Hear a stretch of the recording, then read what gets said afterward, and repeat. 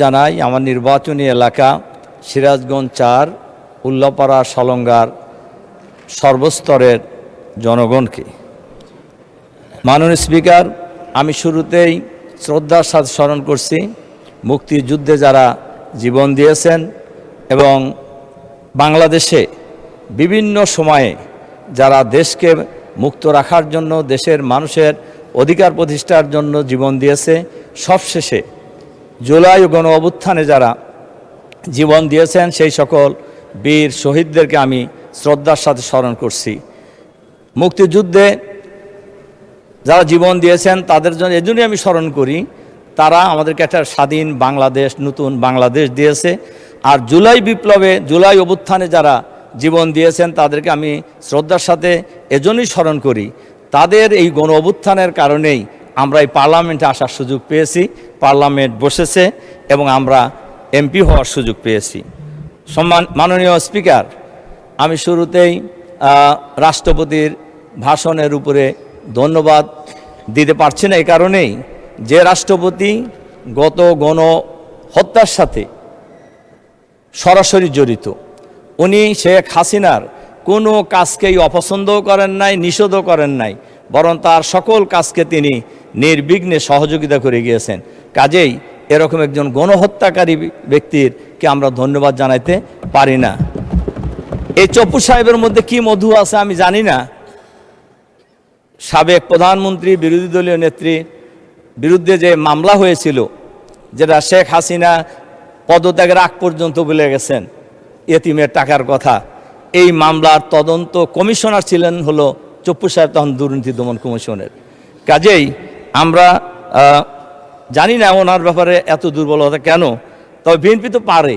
বিএনপির এক সময়ের মহাসচিব বি চৌধুরীকে রাষ্ট্রপতি থেকে সরাইতে তো সময় লাগে নাই, নতুন রাষ্ট্রপতি হয়েছে। বহু লোক বিএনপিতে আছে যারা রাষ্ট্রপতি হওয়ার মতো লোক, কিন্তু এরকম একজন বিতর্কিত ব্যক্তিকে কেন রাষ্ট্রপতি রাখছে এটা বিএনপি ভালো বলতে পারবেন। মাননীয় স্পিকার, সরকারি দলের বক্তব্যতে আমরা শুনছি, আমরা শুরুর থেকেই লক্ষ্য করছি দেশে আর কোনো সমস্যা নাই। সরকারি দলের লোকদের বক্তব্য শুনলে মনে হয় দেশে আর কোনো সমস্যা নাই, সমস্যা হলো বিরোধী দল। এবং উঠার পর থেকেই দেখি বিরোধী দলের ব্যাপারে, বিরোধী দলের বিরুদ্ধে বিভিন্ন কথা বলা হচ্ছে। আমাদের নেতা আজহারুল ইসলাম সাহেব আগে বলে গেছেন 91 সালে বিএনপি যখন সরকার গঠন করতে পারছিলেন না, সরকার গঠন করার মতো আসন পাননি, তখন জামাত নিঃস্বার্থভাবে বিএনপিকে সরকার গঠনের সমর্থন দিয়েছে। এটা কি বিএনপির কৃতজ্ঞতা স্বীকার করা উচিত নয়? আমরা 97 সাল থেকে একসাথে আন্দোলন, একসাথে নির্বাচন, একসাথে সরকার গঠন, এইভাবে আন্দোলন হয়েছে, নির্বাচন হয়েছে, সরকার গঠন হয়েছে। সেই সরকারে জামাত ইসলামীর মন্ত্রী ছিল 2 জন। এটা জামাত এবং বিএনপির মধ্যে যে একটা সেতুবন্ধন ছিল এটাই তো বোঝা যায়। কিন্তু এরপর থেকে জুলাই বিপ্লব, জুলাই গণঅভ্যুত্থান পর্যন্ত আমরা তো প্রায় একসাথেই ছিলাম। তখন তো কেউ সমস্যার কথা বলেন নাই। এবং বলা যায়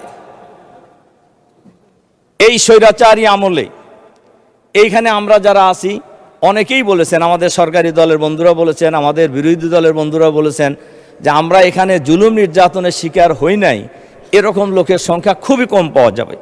যেমন আমি এবং আমার পরিবার ফ্যাসিবাদের আমলে জুলুম নির্যাতনের শিকার হয়েছি।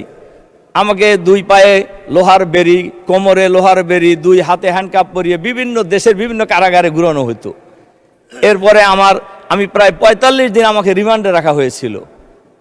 এরপরে আমার বড় ছেলে, তখন 16 সালের কথা, এসএসসি পরীক্ষার হল থেকে নিয়ে তাকে গুম করে দেওয়া হয়েছিল। তার 2টা চোখের রেটিনার পর্দা জুলুম নির্যাতন চালিয়ে ছিঁড়ে ফেলানো হয়েছে। তো এই জুলুম নির্যাতন শিকার তো আমরা সবাই হয়েছি। কিন্তু এত তাড়াতাড়ি এই নির্বাচনের পরেই আমরা জামাত এত খারাপ হয়ে গেলাম যে এখন বাংলাদেশে কোনো জিনিসপত্রের ঊর্ধ্বগতির কোনো কথা নাই, তেলের দাম বৃদ্ধি পাচ্ছে এ ব্যাপারে কোনো বক্তব্য নাই, আইন শৃঙ্খলা পরিস্থিতির মারাত্মক অবনতি হয়েছে সারা দেশে, এ ব্যাপারে সরকারি দলের কোনো বক্তব্য নাই। বক্তব্য হলো জামাত ইসলামী। মাননীয় স্পিকার, এজন্য আমি এরপরে যে কয়টা কথা আমি আপনাদেরকে বলতে চাই যে স্বৈরাচারী সরকার এখন আমরা সংসদে দেখছি অনেকেই অনেক বড় বড় কথা আমরা কিন্তু বলতেছি। ফ্যাসিবাদী সরকারের পতন তো 13 সালই হয়ে যাওয়ার কথা ছিল। তদানীন্তন বিরোধী দলীয় নেত্রী বেগম খালেদা জিয়া, আমাদের সবার মনে থাকার কথা, এই সংসদে আমরা যারা আছি, মাননীয় স্পিকার আপনারও মনে আছে নিশ্চয়ই, মার্চ ফর ডেমোক্রেসির কর্মসূচি ছিল ঢাকায় 29শে ডিসেম্বর। এই খবর তো কারোরই অজানা কথা নয়, সবাই জেনেছি, মনে করতেন যে ওই দিনই সরকারের পতন হয়ে যাবে। 13 সাল, হ্যাঁ 13 সাল 29শে ডিসেম্বর ছিল এই প্রোগ্রাম। কিন্তু সেই নির্বাচন, সেই প্রোগ্রামে এই যে আমাদের মাননীয় মহাসচিব সাহেব এর সাক্ষী, আমরা মিটিং করেছি আগের দিন, যে মিটিংয়ে সর্বশেষ মিটিং যেটা হয়েছিল, আমাদের বিরোধী দলীয় নেতাও ছিলেন সেই মিটিংয়ে। এরপরে আমাদের যে মাননীয় মন্ত্রী, আমাদের পরিবেশ মন্ত্রীও ছিলেন, মহাসচিব তো ছিলেনই, গুলশানের একটা বাসায়, সেখানে ব্যাপক পরিকল্পনা নেওয়া হয়েছিল। সারা বাংলাদেশ থেকে লক্ষ লক্ষ লোক সেদিন ঢাকায় এসেছিলেন এবং ওই দিনই সবাই ধারণা করে নিয়েছিলেন আজকে সরকারের পতন হয়ে যাবে। কিন্তু আমরা দেখলাম 2 জনের ফোন ছাড়া সব ফোন বন্ধ। ম্যাডামের ফোন খোলা আর মহাসচিবের ফোন খোলা, উনি ছিলেন মাঠে আমাদের সাথে।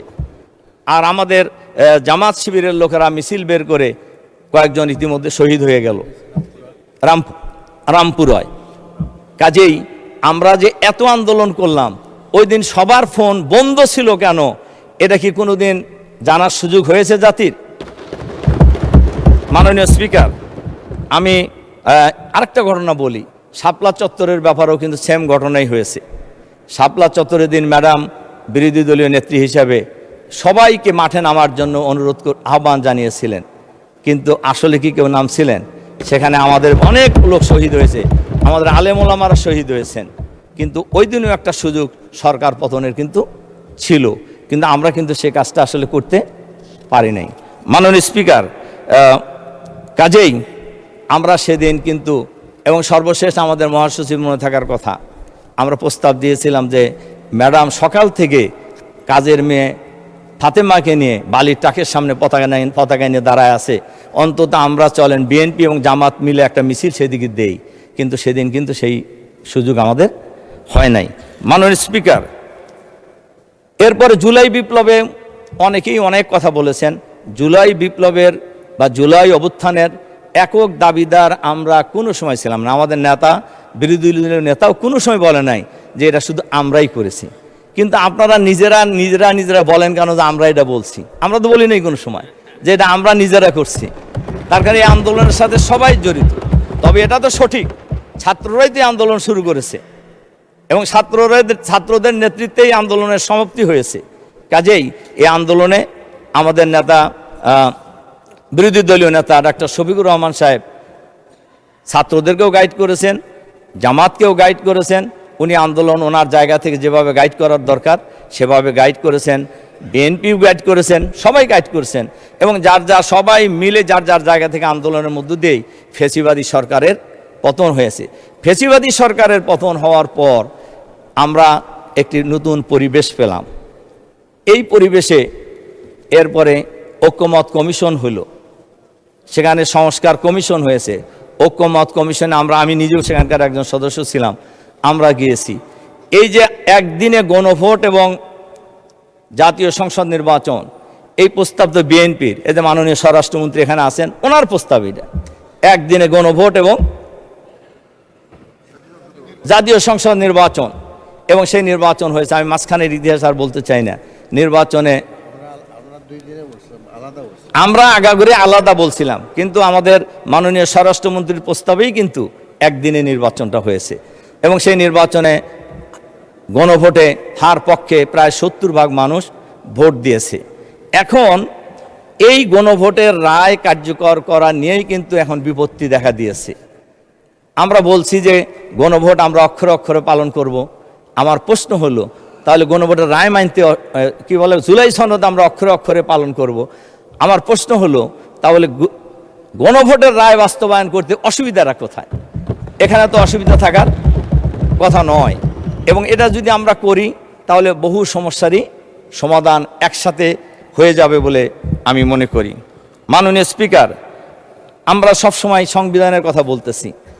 এই সংবিধানের কথা শুনলেই আমার কাছে মনে হয় ফ্যাসিবাদী সরকারের সময় যে মহাসচিব ছিলেন, ওনার আর একটা নামও ছিল, আমি নাম বলতে চাই না, উনি কিন্তু সংসদেও বলছেন, বাইরেও বলছেন এবং অনেক অঙ্গভঙ্গি করেই বলছেন যে যে যাই বলুক আমরা সংবিধান থেকে এক চুলো নড়ব না। সংবিধান কার জন্য? সংবিধান তো মানুষের জন্য, সংবিধানের জন্য তো মানুষ না। কাজেই সংবিধান সংস্কার করতে অসুবিধা কোথায়? আমার তো মনে হয় কোনো অসুবিধা থাকার কথা নয়। এবং আজ এবারে এই সংসদেও বলা হয়েছে, ম্যাডাম কি বলেছিলেন সংবিধানের ব্যাপারে, অনেক নেতাই আজকে এখানে আছেন, তারা কে কি বলেছিলেন সংবিধানের ব্যাপারে, ছুঁড়ে ফেলা দেওয়ার ব্যাপারে, এটা তো সবাই জানে, গোটা জাতি জানে। তা আজকে সংবিধান সংস্কার করার ক্ষেত্রে অসুবিধা তো থাকার কোনো কথা নয়, কিন্তু এই জায়গায় কেন অসুবিধা সৃষ্টি করে আমরা এখানে একটা বিপত্তি তৈরি করার চেষ্টা করছি? মাননীয় স্পিকার, কাজেই আমরা আমাদের বক্তব্য পরিষ্কার। এই সময়ে যে পরিবেশ তৈরি হয়েছে, এখানে গণভোটের রায় কার্যকর করলেই সকল সমস্যা সহজেই সমাধান হয়ে যাবে। মাননীয় স্পিকার, আমরা লড়াই করেছিলাম বৈষম্যের বিরুদ্ধে, আমরা লড়াই করেছিলাম একদলীয় শাসনের বিরুদ্ধে, কিন্তু আমরা লক্ষ্য করছি সরকারের বয়স তো খুব বেশি হয় নাই। ওনারা বলেছেন 2 মাস, আমরাও বলছি 2 মাস, বেশি দিন হয় নাই। কিন্তু বৈষম্য কি প্রতিষ্ঠা হচ্ছে? ইতিমধ্যেই দলীয়করণ শুরু হয়ে গেছে, সকল বিশ্ববিদ্যালয়ের ভাইস চ্যান্সেলর পরিবর্তন করে দেওয়া হয়েছে, জেলা প্রশাসক জেলা পরিষদে প্রশাসক নিয়োগ করা হয়েছে, বিভিন্ন সিটি কর্পোরেশনে মেয়র নিয়োগ করা হয়েছে, প্রশাসক নিয়োগ করা হয়েছে, এবং সচিবালয় থেকে শুরু করে যে সকল অভিজ্ঞ কর্মকর্তারা ফ্যাসিবাদের আমলে ওএসডি হয়েছিল, আবার এখনও তাদেরকে ওএসডি করা হচ্ছে। কিন্তু আমরা লক্ষ্য করছি ফ্যাসিবাদের দোসর যারা, তারা কিন্তু অন্তর্বর্তীকালীন সরকারের সময় তারা বহাল ছিল, আমরা তখনও বলেছি, এখনও বহাল আছে, এবং তারা সুবিধা মতো পোস্টিংও পাচ্ছে এবং ক্ষেত্র বিশেষে প্রমোশন পেয়ে তারা সামনের দিকে এগিয়ে যাচ্ছে। আর যারা এই 16 বছর 17 বছর নিষ্পেষিত হয়েছে, নির্যাতিত হয়েছে, ওএসডি ছিল, অনেকের চাকরি চলে গেছে, এই এদেরকে আবারও ওএসডি করা হচ্ছে। এক্ষেত্রে এই স্বাস্থ্য বিভাগে বেশি করা হচ্ছে, ডাক্তারদেরকে বদলি করার ক্ষেত্রে একেবারে গণহারে এক জায়গায় তার এক জায়গায়। শুধু ছোট্ট একটা উদাহরণ যদি দেই বোঝা যাবে, মুগদা মেডিকেল কলেজের প্রিন্সিপালকে ঢাকা মেডিকেল কলেজ বদলি করা হয়েছে, ওখানে জয়েন করতে দেওয়া হয় নাই তাকে। এরপরে দেওয়া হয়েছে মাতোয়ালি মেডিকেল কলেজে, সেখানেও তাকে জয়েন করতে দেওয়া হবে না। পরে আমি যতটুকু জানি মন্ত্রী মহোদয় হস্তক্ষেপ করে তাকে জয়েন করার ব্যবস্থা করেছেন। তাহলে কি মন্ত্রীর বাইরেও কারো পাওয়ারফুল লোক আছে বোঝা দিয়েছে, যারা মন্ত্রীর চাইতেও ক্ষমতা রাখে? মাননীয় স্পিকার, এজন্য আমি সবশেষে আপনাদের মাননীয় স্পিকার, আসলে সব জায়গায় কিন্তু আওয়ামী স্টাইলে দেশ পরিচালনার একটা লক্ষণ দেখা যাচ্ছে, যেটা কারোর জন্যই, আমাদের জন্য ভালো নয়, দেশের জন্য ভালো নয়। একজন মন্ত্রী বলেছেন আমাদেরকে ট্রেনিং দেওয়ার জন্য, আমরা বুঝি না যে এই পার্লামেন্ট কিভাবে চলে। আমি সেই মাননীয় মন্ত্রীকে বলবো, আমাদের মাননীয় স্পিকারের মাধ্যমেই আপনার নিজের চেহারাটাকে আয়নাতে দেখেন যে আপনারা কি করতেছেন আসলে। কাজেই বিরোধী দলকে সবক দেওয়ার চাইতে নিজেরা সবক গ্রহণ করা সবচাইতে বুদ্ধিমানের কাজ। মাননীয় স্পিকার, সবশেষে আমি আমার নির্বাচনী এলাকার ব্যাপারে কয়েকটি কথা আমাকে বলতে চাই। আমি বিনীত অনুরোধ করব আমাকে কয়েক মিনিট সময় বাড়িয়ে দিবেন। মাননীয় স্পিকার, আমার নির্বাচনী এলাকা সিরাজগঞ্জ, উল্লাপাড়া, সলঙ্গা। আমার এখানে ভোটার প্রায় 5 লাখের কাছাকাছি, প্রায় 7 লক্ষ লোকের বসবাস। এইখানে এর মধ্যে একটি সলঙ্গা একটা এরিয়া আছে, যেটা বলা যায় উত্তরবঙ্গের প্রবেশদ্বার, এবং সবাই সে জায়গাটাও আমরা চিনি, যেহেতু উত্তরবঙ্গ যাইতে হলেই ওই এলাকার উপর দিয়ে যেতে হবে। সলঙ্গা এমন একটা জায়গা, ব্রিটিশ বিরোধী আন্দোলনের অন্যতম একটা সূতিকা। মাননীয় সদস্য 2 মিনিটের মধ্যে শেষ করেন। মাননীয় স্পিকার, আপনাকে ধন্যবাদ যে সময় 2 মিনিট বাড়ায় দিয়েছে, 5 মিনিট দিলে একটু ভালো হতো আর কি। মাননীয় সদস্য, মন্ত্রীরা 7 মিনিট 6 মিনিট করে বলেছে, আপনি 15 মিনিট অলরেডি বলেছেন, আরো 2 মিনিট অ্যাড করলাম, 17 মিনিট। মাননীয় স্পিকার, শেষ করেন 2 মিনিটে। তাই সলঙ্গা যেহেতু একটা খুবই পরিচিত এবং রাজনৈতিক সচেতন এলাকা, এখানে একটা আলাদা থানা হয়েছে। এই থানার এই এলাকায় একটা পৌরসভা হওয়ার জন্য আমি মাননীয় আমাদের মন্ত্রীকে অনুরোধ করব এই সলঙ্গাকে পৌরসভায় রূপান্তর করা এবং একটি নতুন পৌরসভা দেওয়া এবং পর্যায়ক্রমে এটাকে একটা উপজেলায় রূপান্তর করার জন্য আমি বিনীতভাবে অনুরোধ করছি। মাননীয় স্পিকার, এরপরে মাননীয় মন্ত্রীর কাছে আমি আরেকটা অনুরোধ জানাবো। আমার এলাকায় পৌরসভার সাথে লাগানো একটা নদী আছে, যে নদীকে রামকান্তপুর নদী বলা হয়। এখানে নদী পৌরসভার সাথে লাগানো, কিন্তু নদীর ওপারেই গ্রাম, পুরো একটা ইউনিয়ন, এবং এই ইউনিয়নের সাথে আমার সিরাজগঞ্জের আমাদের মাননীয় মন্ত্রী, খনিজ সম্পদ মন্ত্রী আছে, উনি জানেন, ওনার নির্বাচনী এলাকার লোকজনও এই নদী পার হয়ে যাতায়াত করে। যদি নদীতে ব্রিজ দিয়ে দেওয়া হয় তাহলে 1 মিনিটে পার হবে। ব্রিজ না হওয়ার কারণে 1 ঘন্টা লাগে খেওয়ার নৌকা পার হইতে। আর আপনার মাননীয় স্পিকার, আর যদি রাস্তা দিয়ে ঘুরে আসতে হয় তাহলে 20 কিলোমিটার ঘুরতে হয়। এজন্য আমি মাননীয় মন্ত্রীর কাছে অনুরোধ জানাবো এখানে অতি তাড়াতাড়ি একটি ব্রিজ নির্মাণ করার জন্য। মাননীয় স্পিকার, এর সাথে সাথে উল্লাপাড়া 4টি ইউনিয়ন আছে,